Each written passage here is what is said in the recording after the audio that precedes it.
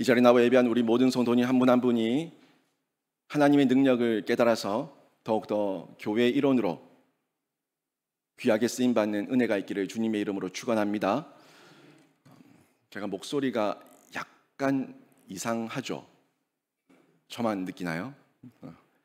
목이 약간 좀 쉰다는 느낌이 있어가지고 조금 불편하더라도 이해를 하시고요. 제가 눈물이 많을까요? 적을까요? 저를 보고 저 인간은 바늘로 찔러도 피 한 방울 안 날 인간이다 라고 말하는 분은 없겠죠. 제가 여러분 앞에서 안 울어서 그렇지 눈물이 많습니다. 일부러 울려고는 하진 않는데 순간순간 울컥울컥 할 때가 있어요. 근데 참 신기한 게 저는 눈물이 많은 편인데 남이 우는 걸 못 봐줘요. 참 이게 왠지 모르겠어요. 저도 저희 아내의 제가 제일 싫어하는 모습 가운데 하나가 우는 거예요. 왜 우냐고. 이게 울 일이냐. 근데 저는 울 일이 아닌데 울 때가 있거든요. 근데 잠시 울고 저는 또 금방 그치는데 이게 한번 퍽 터지면은 하염없이 우는 분들 있잖아요. 저는 그 우는 분들 곁에 있으면은 이 막 숨이 조여드는 그 느낌이 막 들어가지고 뭐 어떻게 해주고 싶은데 해줄 도리는 없고 우는 마음이 저렇게 울 것까지는 아닌데 왜 우냐 하는 부분에서 이 답답함을 못 견디는 것 같아요. 모르겠어요. 제가 왜 우는 걸 못 견뎌하고 못 봐주는가. 저도 저 자신을 상담해 봐야겠지만 곰곰이 생각해 보면 뭐 어린 시절에 또 자라오는 중에 엄마가 울었던 모습, 엄마가 힘든 가운데 눈물 지었던 모습, 우리 누나가 울었던 모습, 누나가 울면서 나를 괴롭혔던 모습. 여자들 울면서 따라다니면서 괴롭히면 미칩니다. 하여튼 뭐 그런 것 때문인지 모르겠지만 우는 거에 대해서 제가 조금 예민한 것 같아요. 사람이 우는 거 이걸 다 부정적으로 볼 수는 없죠. 운다는 거는 부정적이다기보다는 또 무조건 불쌍하다고 보기보다는 긍정적인 면에서도 운다는 거에 대해서 의미를 부여할 수가 있어요. 무조건 부정적이고 무조건 불쌍하고 무조건 울지 마라. 눈물이 나면 울어야죠. 울어야지 또 속도 시원하고 또 울 때에 우리의 감정 조절도 되고 우리의 이 마음이 위로도 받고 또 하나님께서 그런 눈물을 주셨으니까 또 성경을 보면 우리 보고 울라고 하셨어요. 너희가 지금 울어야 될 때라고. 울어라. 울며 기도해야 될 때다라고 말씀하신 내용들이 많은 걸 봐서 울 때가 있구나 하는 거는 성경적으로도 이해할 수가 있습니다. 근데 이 운다는 거는 사실 살아있다는 거거든요. 산자가 울지 죽은 자는 울지 못합니다. 죽은 자는 눈물을 흘릴 수도 없고 통곡하며 애곡할 수도 없어요. 아무튼 운다는 거는 육체적으로 살아있기 때문에 우리가 울 수 있는 거고요. 또 영적으로도 살아있을 때 영적 눈물, 이 회개의 눈물을 쏟을 수가 있다는 거예요. 여러분이 육체적으로는 울지만 이 강단 앞에 무릎 꿇고 앉아서 십자가 앞에서 예수 그리스도 이름 앞에서 혹시라도 한 번도 운 적이 없다면 여러분 영적 무감각 가운데 영적 둔감함 가운데 빠져 있을 수 있기 때문에 우리가 영적 각성으로 나와야 됩니다. 하나님 앞에서 나의 죄인됨을 기억하고 내가 죄인이라는 걸 깨달았을 때 울며 회개할 수 있는 돌이킴의 은혜, 이건 믿는 자라면, 신자라면 한 번쯤, 아니 그 이상, 아니 매번, 여러 번, 종종, 자주 느껴야지만 우리가 영적 각성을 할 수가 있다는 거예요. 근데 그냥 내 처지를 생각하며 우는 거 말고요. 근데 사실 제가 우는 분들을 많이 봤지만 제가 아이들 캠프를 하고 또 청소년들 수련회를 하고 나서 심하게 우는 애들이 있으면 제가 부르거든요. 선생님들한테 그렇게 얘기를 했어요. 교육자들한테도 너무 심하게 통곡하는 애들이 있으면 불러라. 불러서 1대1 상담실로 들어가요. 왜 울었는지 함께 이야기를 듣게 합니다. 근데 그 울었던 이야기들을 들어보면 자신의 어떤 성적 상처 때문에 우는 애들도 있고요. 이 마음의 쓴뿌리가 해결되지 않아서 그 분노 때문에 우는 아이들도 있어요. 수련회 가서 여름, 겨울 성경 캠프 때 그냥 막 펑펑 운다고 그 아이들이 다 은혜 받은 거 아니에요. 그 아이들이 펑펑 울었을 때는 안 울던 애가 울었을 때 또는 우는 아이라고 하더라도 좀 심각하게 울었을 때는 불러서 영적인 분별력 있는 사람들은 물어야 돼요. 왜 울었니? 하나님께서 어떤 말씀을 하셨어? 어떤 감정이 들었어? 묻고 이 마음이 분노로 울었던 아이들이라면 예수 그리스도의 보혈의 피로 덮어야 돼요. 그래서 그 분노가 사그라들고 용서라고 하는 화해라고 하는 하나님의 사랑으로 융화돼야 돼요. 근데 이게 아니라 이 마음에 분노로 우는 분노의 눈물 울 수 있거든요. 아이들이 자기 성을 못 이기면 울지 않습니까? 그 분노의 눈물이에요. 다 부셔버릴 거야. 다 죽여버릴 거야. 막 이런 분노의 눈물을 흘릴 수 있다는 거죠. 아무튼 이런 눈물을 흘릴 때 이 눈물이 내 인생의 탄식, 내 인생의 원통함, 내 인생의 처량함 때문에 우는 눈물인지 아니면 정말 예수를 만나서 울었던 눈물인지 감격에 운 눈물인지 확인해 볼 필요가 있다는 거죠. 여러분, 먼저는 한 번도 예수 그리스도 이름 앞에서 운 적이 없다. 심각한 거고요. 만약에 운 적이 있다면 나는 왜 울었는가 하는 면에서 스스로 자문해보고 또 영적인 선배들과 이야기를 나누면서 내 마음의 눈물이 인간적인 부정적인 눈물은 아니었는지 점검해 볼 필요가 있는데 제가 지금 얘기하는 그런 이 영적인 눈물은 그런 부정적인 눈물이 아니라 정말 하나님 앞에서 내가 죄인이라는 걸 인정했을 때 그 눈물이에요. 만약 그런 눈물이 나한테서 터져 나왔다면 영적으로 살아있는 거예요. 아직 살아있기 때문에 하나님께서 눈물을 주셨고 나의 옛 모습을 버리고 다시금 바른 길을 걷도록 인도하고 계시는 하나님의 놀라운 섭리라는 거죠.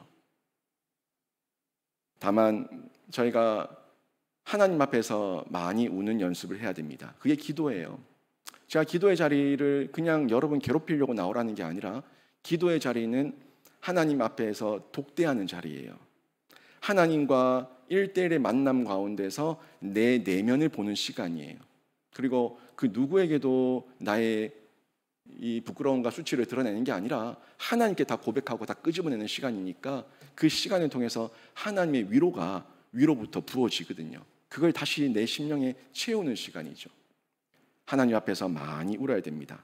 특별히 지금은 어떻습니까? 시대가 악하고 음란한 시대인데 교회와 그리스도인들, 정말 한국 교회와 그리스도인들이 나라와 민족을 위해서 다음 세대를 위해서 많이 울고 간구하고 하나님께 말씀 앞에 우리 자녀들을 부탁하며 의탁해야 되는 그 시기를 저희가 살아가고 있어요. 누가복음 23장에 보면 예수님께서 골고다 언덕을 오르실 때 그 십자가를 지고 온몸이 갈기갈기 찢기고 피가 철철 흐르고 제대로 걷지도 못할 만큼 몸을 휘청거리며 골고다 언덕을 오르고 있을 때 그 예수님의 그 처량한 모습을 보고 많은 예루살렘의 여인들이 그 뒤를 따르면서 울었어요. 그때 예수님께서 뒤를 돌아보며 그 예루살렘 딸들에게 말씀하시는 게 나를 위해 울지 말고 내 자녀를 위해 울어라. 이렇게 말씀하셨어요. 지금 너희가 그 말 속에는 지금 너희가 나의 이 처량한 모습, 외적인 이 모습만 보고 불쌍해서 가련해서 우느냐? 나는 너희들의 그 목자 없는 양같이 유리하며 방황하는 너희들의 그 영혼이 너무너무 가련하고 너희 자녀들이 너무너무 불쌍하다. 나를 위해 울지 말고 내 육신을 보고 울지 말고 너희 자녀를 위해 울어라 말씀하셨어요. 그 당시에 예수님은 그 십자가 골고다 언덕 오르실 때 맞아요. 외적으로는 너무너무 처량하고 불쌍한 모습이었지만 예수님의 내면은요 구원의 길을 걷고 있는 영광의 길이었어요.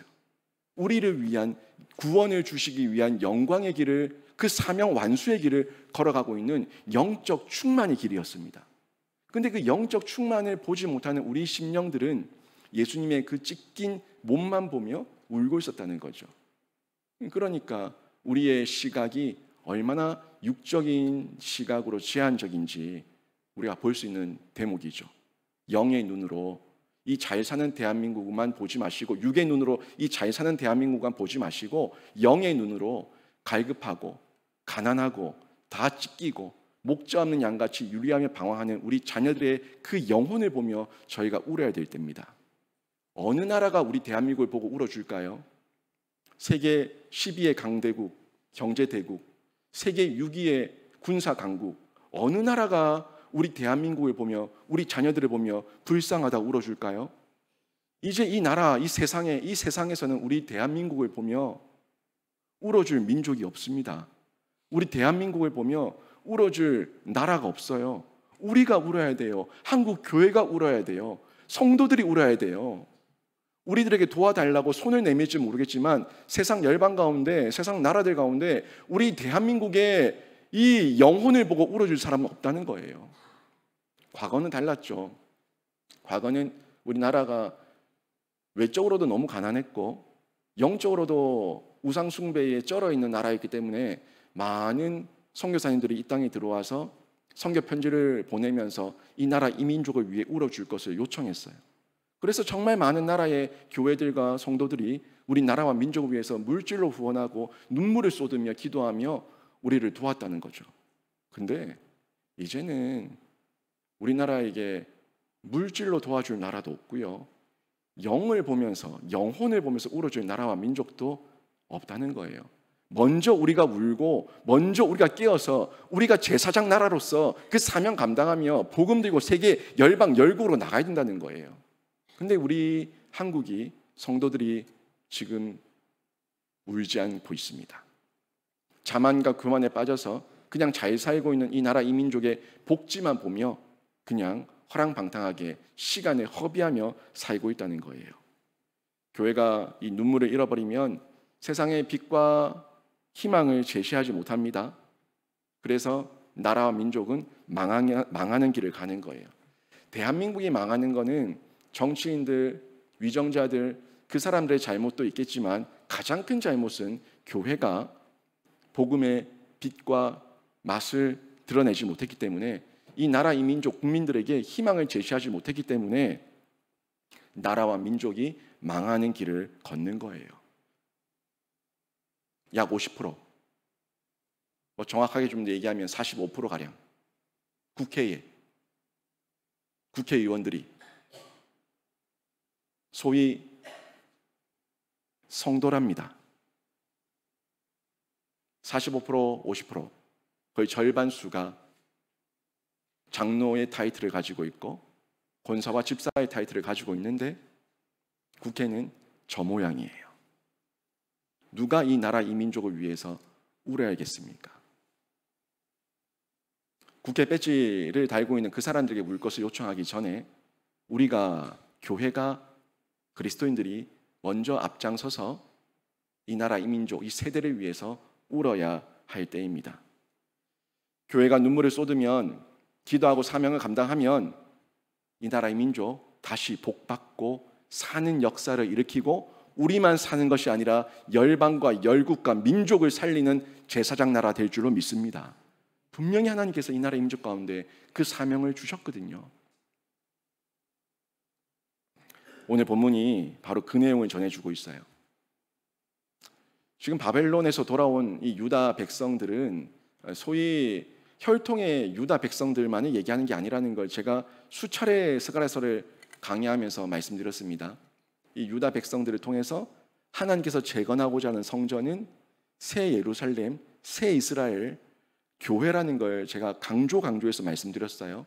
지금 이들은 육적인, 외적인 성전, 벽돌로 지은, 돌로 쌓은 성전만을 생각하며 성전 짓기를 멈추고 있지만 하나님은 정말 그게 아니라 먼저 너희의 심령의 성전, 우리 영혼의 성전이 재건되고 그리고 하나님의 교회가 재건되기를 원하셨던 거예요. 그리고 그 유다 백성들이 하나님 앞에서 사명 감당하고 나라와 민족과 열국과 열방을 살리는 그 제사장 나라로 다시 쓰임 받기를 원하셨던 겁니다. 근데 지금 내용을 보니까 어때요? 그렇게 살지 못하고 또 외적인 모습, 현실 가운데 파묻혀서 스스로 힘들다고, 어렵다고, 자신들은 못한다고 절망 가운데 빠져있는 이 민족을 볼 수가 있습니다. 또 그뿐입니까? 돌아왔더니 주변이 온통 뭐예요? 바빌론 주변이 온통 강대국밖에 없어요. 아니 그거는 그 전도 지금도 마찬가지예요. 이스라엘이 통일 왕국으로 있을 때도 분단 국가로 있을 때도 지금도 항상 그 가나안 땅 이스라엘 주변에는 강대국들이 둘러싸고 있었습니다. 그런데 중요한 건 뭐였어요? 하나님께서 함께 하시면 그들은 강대국이 둘러싸 있든 말든 하나님께서 강한 나라가 되게 하셨고, 하나님을 버렸을 때는 그 강대국들에 의해서 그들이 몽둥이가 되어서 도리어 이스라엘을 치는 이런 역사가 반복됐다는 걸 저희가 성경을 통해서 분명하게 확인할 수가 있다는 거예요. 아무리 강대국들이 주변을 둘러싸고 있고 그들이 나라도 없고 정부도 없고 포로된 자에서 돌아온 힘없는 백성들이라고 해도 하나님께서 유다 백성들과 함께 하시면 그들을 건들 자가 없는데 그들은 하나님을 찾기보다 강대국들을 눈치 보고 있다는 거예요. 하나님께서는 유다 백성들이 하나님 안에 있기를 원하셨어요. 그리고 하나님의 임재 가운데 하나님의 말씀이 그들 가운데 임하고 성령이 임해서 놀라운 불길이 시작돼서 그 성령의 불길, 부흥의 불길, 하나님 나라의 확장의 불길이 온 세상 가운데 퍼져나가길 원하셨다는 겁니다. 이게 바로 교회로서의 사명이에요. 교회로서의 사명은 복음 들고 어떻게든 하나님 나라 확장하고 지경을 넓히며 하나님 사명 감당하는 일인데, 하나님 나라의 부흥을 오늘 말씀에서 묘사해 주고 있어요. 그 부흥이 어떻게 시작될 수 있는지, 또 그 능력이 어디서부터 말미암았는지, 그 하나님 나라의 부흥을 오늘 1절에서 4절까지 또 다음 주 볼 말씀 가운데 묘사하고 있는 것을 볼 수가 있습니다. 저는 오늘 말씀을 자세히 보는 중에 우리 영신교회가 이 땅 가운데 하나님의 부흥의 불씨를 던지고 하나님 나라를 실제적으로 확장해 나가는 하나님의 부흥을, 하나님 나라의 부흥을 맛보고 이루는 귀한 교회가 되기를 주님의 이름으로 축원합니다.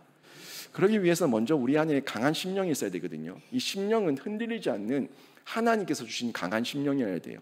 제가 심력 여러 번 얘기했죠. 제가 3, 5 교육을 얘기할 때 쉐마 예수 제도, 그리고 5가지 차원에서 체력, 심력, 지력, 인성, 영성, 요걸 얘기할 때 그 심력을 얘기한 게 사실 심령이죠. 우리의 마음이 하나님의 말씀 진리 안에서 확신을 가지고 있을 때 이게 강한 심력이 됩니다. 이 심력을 가지고 있을 때 우리의 마음이 강하고 주눅들지 않고 담대하게 하나님의 복음을 끝까지 전할 수가 있는데요. 이 심령을 우리 하나님께서 친히 지으셨기 때문에 이 심령을 강하게 하는 것은 돈 아닙니다. 명예, 인기, 권력 아닙니다. 우리의 심령을 강하게 하는 것은 하나님의 말씀인 줄로 믿습니다. 1절 말씀 보세요. 이스라엘에 관한 여호와의 경고의 말씀이라. 여호와 곧 하늘을 펴시며 땅에 터를 세우시며 사람 안에 심령을 지으시니가 이르시되. 우리 하나님 우주 만물을 지으신 분이십니다. 근데 우주 만물을 지으신 그 하나님을 얘기하는데 뒷부분에 하나님께서 우주 만물만 지은 게 아니라 사람 안에 심령을 지었다고까지 정확하게 말씀하고 있는 걸 볼 수가 있어요. 보통 창조라고 얘기하면은 외적인 창조에 매여 있는 사람들이 굉장히 많이 있죠. 눈에 보이는 외형만 창조했다고 생각을 한다는 거예요. 물론 보이는 세계도 창조지만 보이지 않는 세계도 창조예요. 보이는 세계, 보이지 않는 세계 모두 다 하나님께서 창조하셨다는 겁니다. 하나님께서 분명히 우리 인간을 만드시고 그 안에 생기를 불어 넣으셔서 우리 안에 생명이 되게 하셨어요. 이거는 보이지 않았어요. 사람의 몸 안으로 들어갔기 때문에 보이지 않지만 분명히 보이지 않는 것을 만드셨어요. 하나님은 보이는 것, 보이지 않는 것, 육의 세계, 영의 세계, 모든 우주 만물, 모든 창조의 하나님이십니다. 그 하나님께서 우리 심령도 지으셨다는 거죠. 근데 많은 사람들이 이걸 이 창조를 자꾸 유물론적으로만 이해한다는 거예요. 유물론적으로 눈에 보이는 세계만 중시하면서 여기에 빠져서 있는 눈에 보이고 만져지는 것만 있고 만져지지 않는 것, 보이지 않는 것은 없다라고 얘기하는데 절대 그렇지 않죠. 보이지 않다고 없습니까? 우리 눈이 보는 게 한계가 있는 거고 제한적인 거잖아요. 이 공간 안에도 얼마나 많은 먼지들이 돌아다니지만 우리 눈에 먼지가 안 보여요. 이 안에 얼마나 많은 전파가 돌아다니지만 우리 눈에 안 보여요. 우리 눈은 제한적이고 유한하기 때문에 볼 수 있는 게 한계가 있습니다. 근데 안 보인다고 없다고 얘기할 수 있어요? 옆에 앉아 있는 분들의 마음이 안 보이지만 그 속에 마음이 있어요. 그 마음이 무슨 생각을 하고 있는지 우리는 알 수가 없어요. 하지만 분명히 있어요.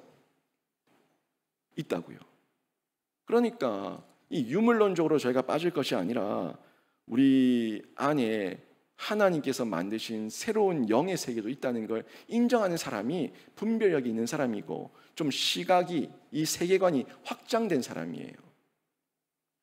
유물론적으로 보이는 것만 있다고 얘기하는 이런 사람들은 아주 어린 심령이에요. 아주 어린 심령이고 소위 얘기하면 어린아이 같은 애들이, 어린아이 같은 사람들이에요. 어린아이들은요, 엄마 아빠의 마음 모릅니다. 앞으로의 미래와 장래와 비전과 이게 옳고 그르고 선에 대해서 정확하게 분별 못합니다. 그냥 손에 젤리가 있냐 없냐, 내 손에 사탕이 있냐 없냐, 요것만 얘기해요. 있으면 좋아라고, 없으면 울어요. 이 엄마가, 이 아빠가 그 사탕 젤리를 1000개, 10,000개 사줄 수도 있는데 그 젤리가 없으면 아빠 엄마를 때린다고요. 내놓으라고. 지금 잠시 찾으면 나중에 더 큰 걸 받을 수 있는데도 불구하고 그 잠깐을 못 참아서 내 손에 젤리 내놓고 사탕 내놔라, 요것만 따지는 애가 어린애들이에요. 어린아이의 심령이 아니라 좀 더 장성한 심령, 자란 심령, 성숙한 심령이 됐을 때 이해할 수 있겠죠. 근데 지금은 모르는 거예요. 많은 사람들이 이런 어린 심령으로 보이는 것만 있다고 거기에 집착하며 여기에 마음을 빼앗기고 이것만 실체라고 얘기하고 있는데 아니에요. 진짜 실체는요, 눈에 보이는 것과 보이지 않는 것 모든 것을 만드신 하나님의 말씀이 진짜 실체인 줄로 믿습니다. 말씀이 실제가 되는 삶, 그 실제가 되는 삶은 말씀이 내 안에서 살아 약동하고 말씀이 내 안의 삶으로 드러나는 삶이 실제가 되는 삶이죠. 그 실체를 느끼고 실체를 만나야지, 그래야지 이 말씀이 실제가 되지. 실체를 느끼지 못했는데 어떻게 실제가 되겠냐고요. 먼저 실체인 진리의 말씀, 이 말씀이 여러분 심령 가운데 잘 박힌 목과 같이 박혀서 여러분이 말씀 앞에 직면하는 은혜가 있기를 주님의 이름으로 축원합니다. 태초에 말씀이 천지를 창조하셨기에 천지는 변해도 여호와의 말씀은 영원해요. 말씀은 변함이 없어요. 하지만 말씀으로 창조된 천지는 바뀔 수 있어요. 말씀으로 창조된 사람도 죄 지을 수 있어요. 하지만 말씀은 변개함이 없고 말씀은 영원합니다. 그래서 우리가 사람을 믿을 것도 아니고 세상 만물을 믿을 것도 아니고 우리의 믿음의 대상은 하나님의 말씀을 믿는 믿음이에요. 그래서 솔로몬도 세상의 부귀영화를 추구하는 것도 마치 바람을 잡으려 드는 것과 같다고 얘기했어요. 전도서에서는 헛되고 헛되며 헛되고 헛되니 모든 것이 헛되다. 근데 이 솔로몬은 마지막 때에 이걸 깨달았어요. 마지막 때에 깨달아서 후회하는 이 고백을 했지만 다윗은 이걸 평생에 느꼈잖아요. 평생에 깨달았어요. 왠 줄 아세요? 다윗은 소년 때부터 늘 말씀을 묵상하는 훈련 가운데 그 실체에 있는 말씀을 직면하는 삶을 살았거든요. 솔로몬은 헛되고 헛되며 헛되고 헛되니 모든 것이 헛되다. 자신의 삶을 통틀어서 후회하는 고백을 했지만 솔로몬은 평생의 고백이에요. 부와 귀가 주께로 말미암고 또 주는 만물의 주제가 되사 손에 권세와 능력이 있사오니 모든 사람을 크게 하심과 강하게 하심이 주의 손에 있나이다. 이 고백이 다윗의 말년의 고백이 아니라 평생의 고백이라고요. 그래서 다윗은 복 있는 그 삶을 살기 위해서 늘 주야로 말씀을 묵상했던 거예요. 솔로몬은 이걸 깨닫지 못하고 뒤늦게서야 느끼니까 바람은 움켜준다고 잡히지 않는 바람 같다고. 그렇죠? 바람이 손에 느껴는 져요. 바람이 스쳐 지나갈 때 센 바람, 약한 바람, 간지러운 바람, 여러 바람을 내 손으로 느낄 수는 있지만 그 바람을 잡으려고 해서 잡을 수가 없어요. 근데 바람은 있어요. 지나가는 거예요. 그냥 지나가는 바람이에요. 하지만 실체인 말씀은요, 지나가는 바람이 아니라 내 영혼을 송두리째 바꿔놓을 수 있는 능력이 되어서 내 삶에 무게 있는 하나님의 말씀으로 나를 이끌어가는 등이 되고 길이 되고 빛이 되어서 나를 인도해 주신다는 거예요. 이 실제죠, 실제. 삶의 실제로 말씀이 드러나는 거예요. 그래서 육체의 소욕을 다스리게 되고요, 또 영의 사람이 되어서, 말씀 가운데 영의 사람이 되어서 성령의 열매를 맺으며 살게 되는 겁니다. 신자는 하나님의 말씀으로 심령을 새롭게 해야 합니다. 심령 가운데 말씀이 임하면 심령이 새로워지고, 심령이 바뀌고, 심령이 강해지면 삶의 용기와 담력이 생기고 삶의 모습도 바뀌는 거예요. 영혼이 잘된 같이 범사가 잘 된다. 무릇 지킬 만한 모든 것 중에 내 마음을 지키라. 여러분, 영혼과 마음이 우리 심령이잖아요. 이 심령이 복을 받고 심령이 말씀 안에 강하게 잘 박힌 목과 같이 뿌리가 견고하게 내린 그런 심지 있는 나무가 되면 열매를 맺게 되는 거예요. 하지만 말씀이 없는 심령은요, 부패하고 악독합니다. 부패하고 악독하고 더럽고 추잡하고 사람의 마음만큼 더럽고 추악한 게 없어요. 행동으로는 안 했지만 마음으로 얼마나 많은 음란을 저질렀고, 마음으로 얼마나 많은 사람을 죽였고, 마음으로 얼마나 많은 도둑질을 했고, 마음으로 얼마나 많은 죄와 악을 범했습니까? 사람의 이 마음만큼 더럽고 추한 게 없다고요. 예레미야서 17장 9절 보면 이런 말씀이 나옵니다. 만물보다 거짓되고 심히 부패한 것은 마음이라. 세상에 저 똥 더럽다고 얘기하지 마세요. 똥이야 손 씻어버리면 그만이에요.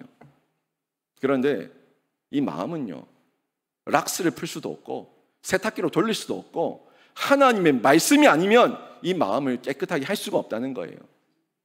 만물보다 거짓되고 심히 부패한 것이 마음이라. 이 마음을 그대로 두면 안 됩니다. 거짓되고 부패한 마음 그대로 두면 골마 썩어서 무슨 열매가 있겠습니까? 아무런 열매도 없고요, 하나님을 욕되게 하면 이웃을 상하게 하는 거예요.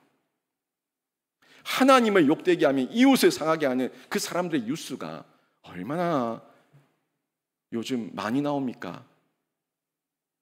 우리 상상으로, 우리 생각으로는 이해할 수 없는 짓들을 하고 다니잖아요. 이 마음 그대로 두면 우울증, 불면증, 열등감, 낮은 자존감, 결국에 자신을 해롭게 하고 자신의 생명을 극단적으로 끊어버리고 심지어 이웃의 생명까지도 상하게 하는 그런 몹쓸 짓을 하게 되는 겁니다.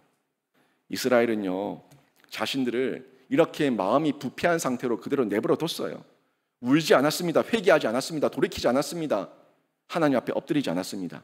그 결과가 비참한 징계였고 멸망뿐이었습니다. 이 시대에 교회의 일원으로 부름받은 우리는 예수 안에서 마음을 새롭게 하고 마음을 정결하게 하고 거룩하게 성결하게 해서 하나님께서 쓰실 만한 그릇으로 날마다 다듬어가는 성도로 살아내야 될 줄로 믿습니다. 말씀을 계속 봐야 된다고요. 들어야 된다고요. 암송하며 새겨야 된다고요. 그래야 이 세대를 본받지 않습니다. 로마서 12장 2절 말씀이에요. 같이 한번 읽어봅니다. 시작.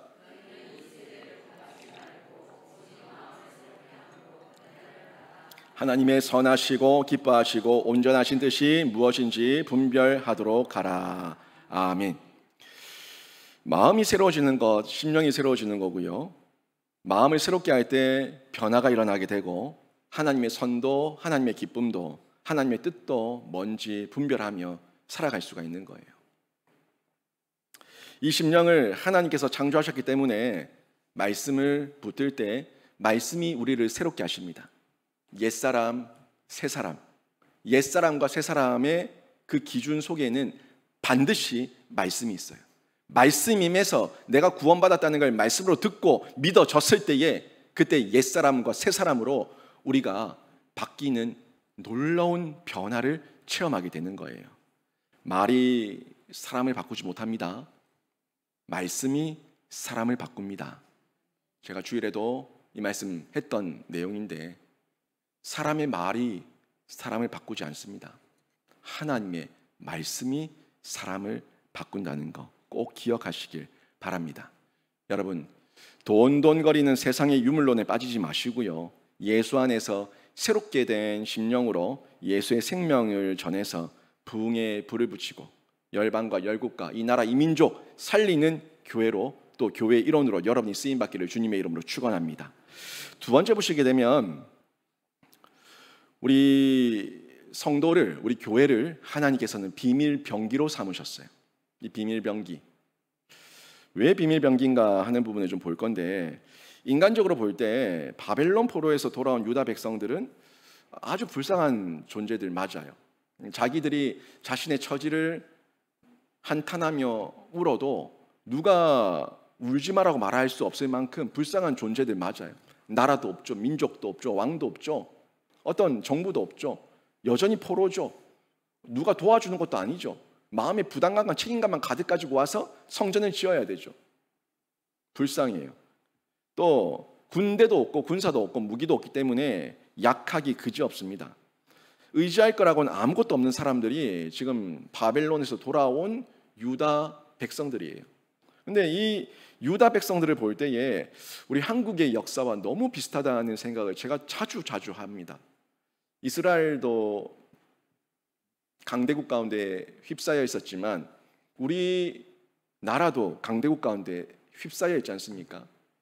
위로, 바로 위는 같은 동족이지만 언제든지 우리를 침략할 수 있는 북한, 그 위로는 러시아, 중국, 밑으로는 우리를 식민지 삼았었던 일본까지.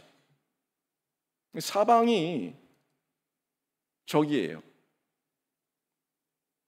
이 이스라엘을 보세요. 바벨론, 아수르, 밑으로는 애굽, 여기도 사방이 강대국들입니다. 거기다가 또 나라가 쪼개져서 북쪽 이스라엘, 남쪽 유다, 이렇게 나눠져서 서로 간에 또 싸움은 또 얼마나 많이 했습니까? 이런 모습을 보니까 우리 한국의 역사, 한국의 지리적 상황과 너무 많이 비슷하다는 거예요. 우리나라는 어떻게 보면 이 유다 민족과는 더 심한 나라죠. 여러분, 우리나라가 대륙과 연결되어 있는 한반도지만 우리 대한민국은 섬입니다. 섬. 위로 어디로 갈 거예요? 위로 갈래도 갈 곳이 없어요. 우리나라는 섬이에요. 3면이 바다고 한 면은 갈 수 없는 땅이에요.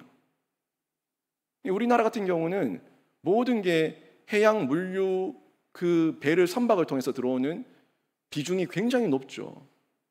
육지로 가지고 올 수 없으니까. 사방에 우겨쌈을 당하고 갈 곳이라고는 없는 도간의 든쥐 같은 이런 민족이 우리나라였어요. 남유다도 마찬가지였고요. 갈 곳이 없어요.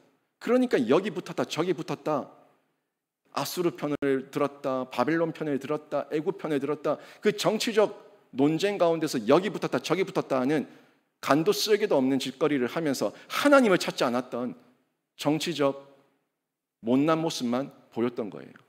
가장 먼저 붙들고 의지해야 될 곳이 하나님인데 하나님을 의지하지 않고 바벨론파, 아수르파, 애굽파 자기들끼리 싸우고 있었던 거죠. 우리나라가 친일, 친중, 친러 이런 거 따지기 전에 우리나라는 하나님부터 가장 철저하게 믿어야 되는 나라인 줄로 믿습니다. 하나님 외에 믿을 곳이 없어요. 어느 나라가 우리나라에게 덕이 되는 나라입니까? 아무도 없어요. 일본도 중국도 허구한 날 우리나라를 침략했던 나라들입니다. 역사적으로. 그런데 정치적 노름에 빠져서 이 나라냐 저 나라냐 그러고 있는데, 그럴 게 아니라 이 나라 이 민족 살리시고 세우신 분은 우리 하나님이신 줄 믿고 하나님만 철저하게 믿어야 되는 나라가 이 대한민국인 줄로 믿습니다. 근데 그 하나님을 버렸을 때 어떤 결과와 징계가 유다 나라, 이 유다 땅, 유다 민족 가운데 나타났냐고요. 이걸 보면 우리나라도 경각심을 가지며 하나님을 찾아야 되는데 이걸 보면서도 교회가 깨닫지를 못하고 교회가 돌아오지 못한다는 거예요. 하나님은요, 이들과 주변 나라들과의 관계를 통해서 교회와 세상의 관계를 지금 드러내고 있는 거예요. 이스라엘, 대한민국 아무리 약해 보여도 절대 약하지 않았어요. 이스라엘도 그랬고 우리 대한민국도 그렇지만 이스라엘 하나님 나라의 부흥이 있을 때에, 하나님의 신정 정치가 이루어지고 있을 때에 이스라엘은 부국강병을 이뤘습니다. 대한민국 십자가를 세우면 곳곳에 사람들이 몰려들던 놀라운 부흥의 역사가 있을 때에 이 나라 이 민족은 놀라운 경제 발전을 이뤘고 부국 강병을 이뤘습니다. 이거는요, 이스라엘과 우리나라만의 이 통계가 아니라 유럽의 통계고 미국의 통계예요. 모든 유럽 제국도, 저 미국도, 유럽 나라들도, 로마도 하나님의 말씀이 흥황할 때 모든 제국과 나라들이 흥황했습니다. 부국 강병 이뤘다고요. 이건 세계 역사의 실제 통계예요. 하나님을 버린 나라와 민족, 동성애를 허용하며 타락한 민족, 음란한 민족, 그 나라 그 민족 그때부터 기울기 시작했고 망국으로 가는, 폐국으로 가는 그 길을 걸었던 거예요. 하나님께서 함께 하시면 쓰임받고 이기고 하나님의 능력이 된다는 걸 말씀해 주고 있는데, 하나님 안에 있으면 교회는 비밀 병기입니다. 그 누구도 건들 수 없어요. 그 누구도 까불지 못합니다. 하나님이 함께 하시고 하나님이 돌보고 있으니까, 아니 쟤네들이 무슨 무기를 가지고 있는지 덤비지 못한다고요. 2절부터 4절까지 말씀만 보십시오. 보라, 내가 예루살렘으로 그 사면 모든 민족에게 취하게 하는 잔이 되게 할 것이라. 예루살렘이 에워싸일 때에 유다에까지 이르리라. 그날에는 내가 예루살렘을 모든 민족에게 무거운 돌이 되게 하리니 그것을 드는 모든 자는 크게 상할 것이라. 천하 만국이 그것을 치려고 모이리라. 여호와가 말하노라. 그날에 내가 모든 말을 쳐서 놀라게 하며 그 탄자를 쳐서 미치게 하되 유다 족속은 내가 돌보고 모든 민족의 말을 쳐서 눈이 멀게 하리니. 지금 이 2, 3, 4절 가운데 하나님께서 이 교회, 유다 민족을 어떻게 비밀 병기로 삼으셨는지 세 가지 비유를 얘기했는데요. 제가 두 가지만 오늘 좀 보고 한 가지는 제가 다음 주에 말씀을 드릴게요. 이 두 가지 가운데 먼저 한 가지가 취하게 하는 잔이에요.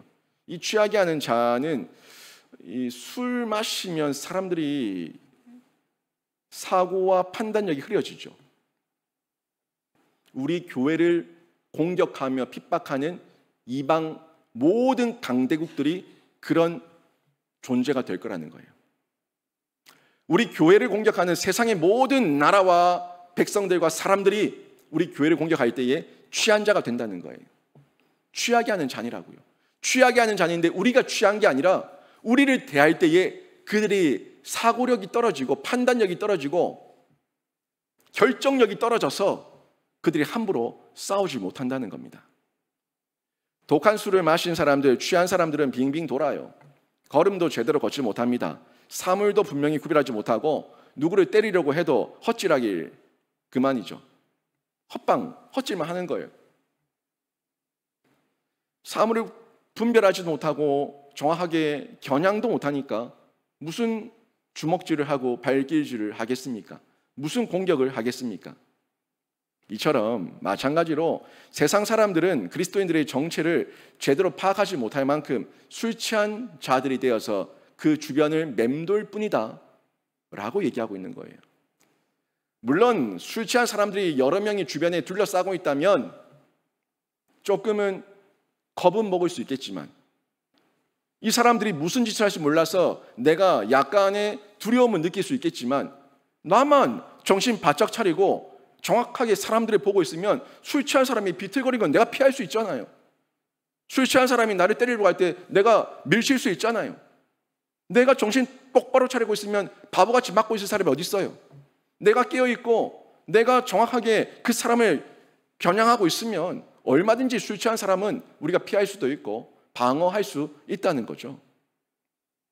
이와 마찬가지로 세상 사람들은 우리 교회와 그리스도인들을 공격하며 우리를 계속해서 괴롭히려고 발악을 하지만 그들은 교회와 그리스도인들의 정체도 제대로 파악하지 못합니다. 파악 불가하다고요. 뭔가 있긴 있는데 그냥 헤매는 거예요. 술 취해서 비틀거리는 거예요. 해롱해롱거리고 있는 거죠.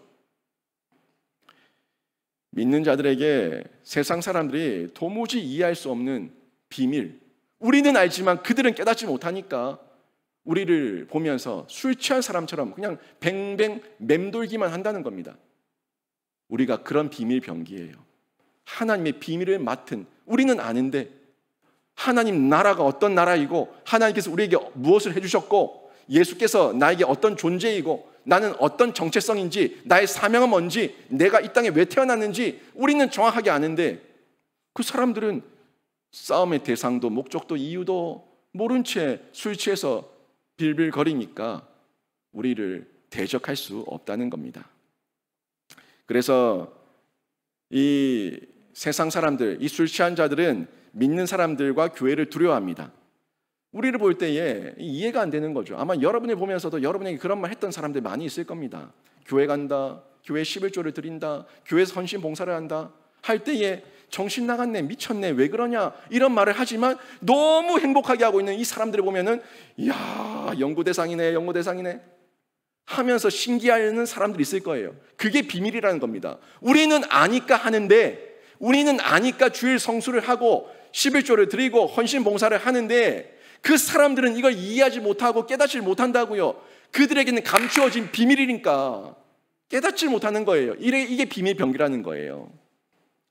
그 사람들이 우리를 볼 때에 무슨 재미로 사는지, 무슨 힘이 있는지, 무슨 무기를 갖고 있는지 알지를 못하니까 공격할 수가 없는 거예요. 그냥 속으로만 뭔가 있는데 쟤네들 저렇게 교회 가서 매주마다 저러는 거 보니까 자기 물질과 마음과 몸을 하나님께 드리면서 시간을 드리면서 저렇게 헌신 봉사하는 거 보니까 뭔가 있는데, 아니 내가 보기에는 분명히 스펙도 없고 아무것도 없고 뭐 떡이 나오냐 돈이 나오냐 밥이 나오냐 아무것도 안 나오는데, 아니 저 사람들 도대체 왜 저러냐, 뭔가 있는데 연고대상이네 이러다가 그 사람들이 우리 주위를 맹맹 맴돌면서 우리를 조롱하고 비난해 보는데 우리가 그들과 함께 멱살도 안 잡아, 그들과 함께 욕설도 안 해.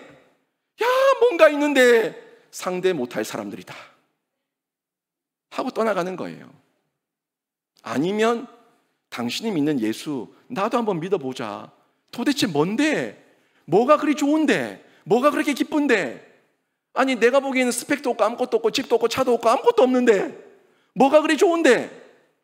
라고 얘기하며 우리에게 기웃거리다가 돌아오든지 아니면 나가 떨어지든지.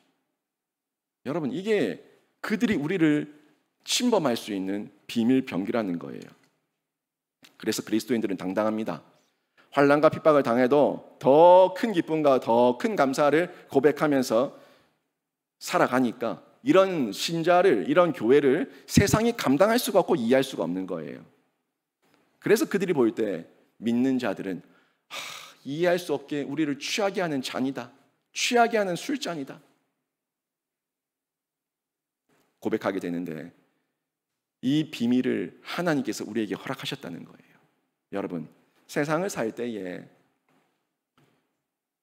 세상 사람들이 여러분을 이해하지 못한다고 여러분이 그들을 따라가지 마시고 그들이 그 비밀을 깨달을 수 있도록 복음을 전해서 그들도 예수 믿게 하는, 그들도 비밀 병기가 되게 하는 하나님의 생명 사역을 감당하시길 주님의 이름으로 축원합니다. 또 하나가 산돌이에요. 산돌, 굳센 산돌, 살아있는 돌, 깨지지 않는 돌, 생명력이 있는 돌, 리빙 스톤, 이 산돌. 이 두 번째 비유가 이 무거운 돌로 얘기하고 있는데, 이 무거운 돌은 살아있는 돌이에요. 어느 밭에 큰 돌이 있어요. 돌이 있으면은 확 뽑아버리고 싶고 치워버리고 싶었는데 너무 크면은 무거워서 어떻게 할 도리가 없죠. 너무 크면은 삽질하다가 삽자루가 부러지고 꽃갱이가 부러지면은 방도가 없잖아요. 포크레인을 부르고 해도 방도가 없어요. 깨지지 않으면 방도가 없는 거예요.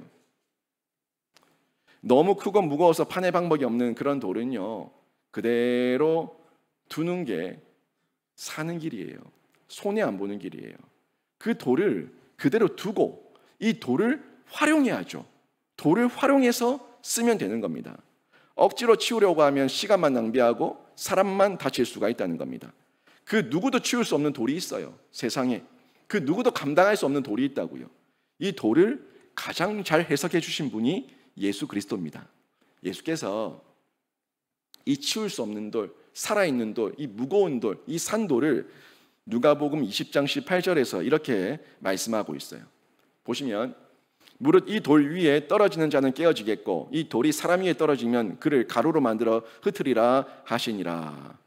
이 돌이 뭘까요? 이 돌이 뭘까요? 예수예요, 예수. 이 돌은 예수 그리스도입니다. 무릇 이 돌, 그리스도의 반석 위에 떨어지는 자는 깨어지겠고 그 돌을 치려고, 돌을 깨려고 덤비는 자는 지가 깨어진다는 겁니다. 이 돌이 사람 위에 떨어지면 그를 가루로 만들어버린다고. 하나님의 심판의 돌이 떨어지면 살아남을 자가 아무도 없다고. 이 산돌을 예수께서 이렇게 말씀해 주셨습니다. 예수님 자신을 돌로 비유하셨는데 예수님은 이 보잘것없는 겉모습만 보고 예수를 쉽게 치우려고 했었던 종교 지도자들에게 그 산돌이 어떤 존재인지 그대로 보여주셨어요. 종교 지도자들은 어땠습니까? 예수님을 보고 나약해 보이고 힘없어 보이고 권력도 없어 보이고 군사도 없어 보이고 그냥 조금 특별한 부분이 있긴 한데 그냥 죽이면 끝나는 거야, 이렇게 쉽게 생각하고 예수님을 치워버리려고 했는데 예수님을 건드렸던 것 자체가 잘못된 일이었어요. 그 예수님은 그들이 죽인다고 치운다고 치워지는 돌이 아니었거든요. 왜? 그 돌은요 땅 끝에 박혀 있어요.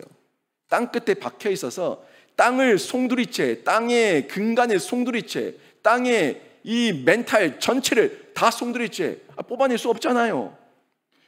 그 돌 자체가 땅의 근간이기 때문에, 땅의 뿌리고 땅의 근본이기 때문에 빼낼 수가 없는 돌이에요. 그리고 이 돌은 하늘에 닿아 있어요. 하늘에 닿아 있는 돌을 누가 옮길 수가 있고 누가 치울 수가 있냐는 거죠. 그래서 예수님을 깨뜨리려는 자들, 예수님을 공격하는 자들, 이 교회를 공격하는 거예요. 그런 자들이 도리어 깨지고 또 돌이 사람 위에 떨어지면 심판의 돌이 돼서 완전히 가루로 만들어 버리신다고 예수께서 말씀해 주셨던 겁니다. 이 비유, 세상 어떤 것도 예수 그리스도를 대적해서 이길 자가 없다 하는 말씀을 전해주고 있는 내용입니다. 세상 사람들이 볼 때 믿는 자들의 모습이 겉모습은 너무 보잘것없게 보일 때가 있을 거예요. 뭐 돈도 없어 보이고, 저 교회, 저 사람들, 저 그리스도인들, 신자들 돈도 없고 권력도 없고 명예도 없고 뭐 살짝 민원 좀 넣어주고 살짝 건들고 살짝 좀 괴롭히고 뭐 이렇게 좀 하면은 쉽게 제거할 수 있을 것 같다고 생각을 하는데 결코 교회는 그렇게 나약하지 않습니다. 역사를 보세요. 세계 역사를 보면 교회를 제거하려 했던 제국들은요 도리어 교회 앞에 무릎을 꿇고 말았습니다. 그게 역사예요. 교회를 제거하려고 했었던 제국들, 권력들 도리어 교회 앞에 무릎을 꿇은 역사가 세계의 역사입니다. 이유가 뭡니까? 교회의 머리가 예수 그리스도시고 교회의 근본이 땅에 박힌 산돌이고 그 끝이 하늘까지 닿았기 때문에 예수 그리스도를 대적할 수가 없고 예수 그리스도가 머리 대신 교회를 무너뜨릴 수가 없다는 겁니다. 예수 그리스도께서 그래서 우리의 요새와 피난처와 반석과 구원의 뿌리 되신다는 겁니다. 예수의 그늘과 날개 아래 숨은 자는 평강과 안전을 얻게 되는 줄로 믿습니다. 그리스도인들을 핍박당할수록 더 강해졌어요. 교회는 박해를 당하면 박해를 당할수록 더 강해졌습니다. 그게 교회의 역사였어요. 왜? 그 생명력이 어디 있기 때문에 예수 그리스도께 근본 하나님께 있기 때문에 교회는 무너지지 않았다는 거예요.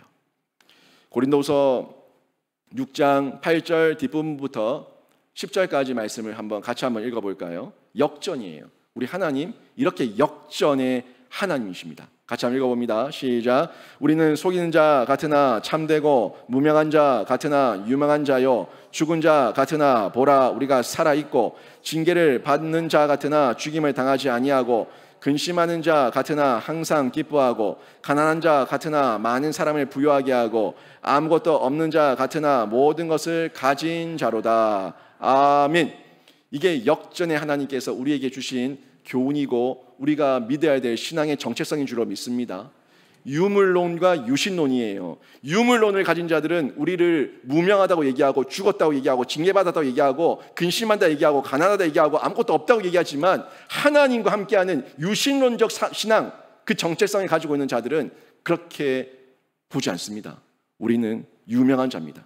우리는 살아있는 자입니다. 우리는 죽음에 당하지 않고 산 자입니다. 우리는 기뻐하는 자입니다. 우리는 부유한 자입니다. 우리는 모든 것을 가진 자입니다. 이게 진짜 예수가 내 안에 소유된 백성, 예수의 소유된 백성, 예수와 연합 접속된 백성의 정체성이고 고백이에요. 바로 이 체험을 가진 자가 그리스도인인데 연합 접속입니다.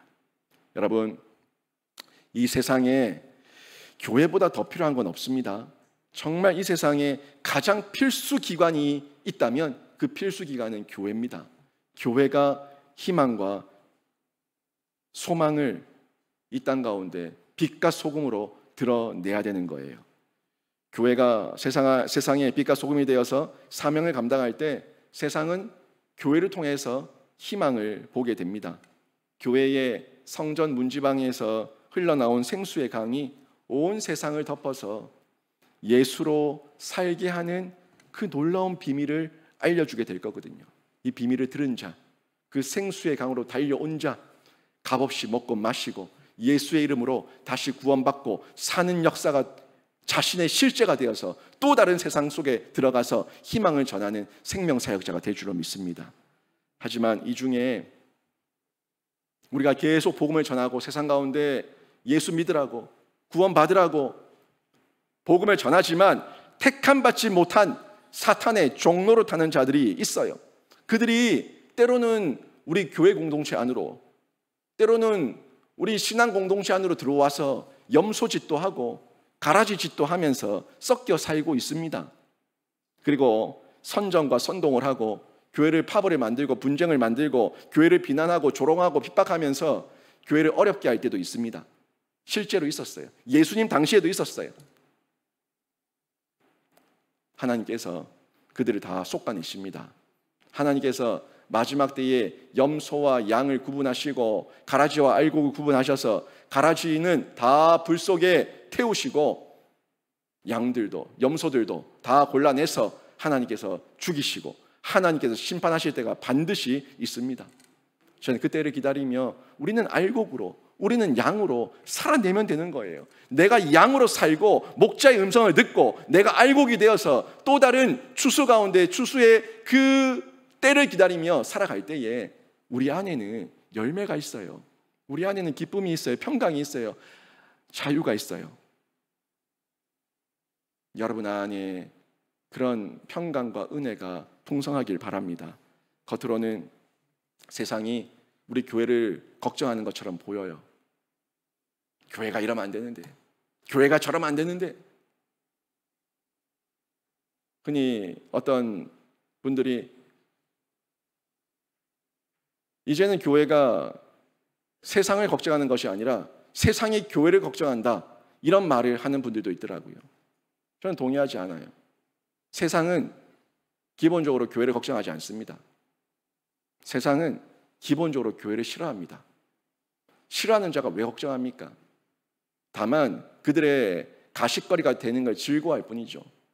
교회의 문제, 목사들의 문제, 이런 일탈과 부정과 비리의 문제들이 자신들의 가십거리가 되면 겉으로는 교회를 걱정하는 척하며 씹어대지만 그들의 본심은 교회를 증오하고 싫어할 뿐입니다.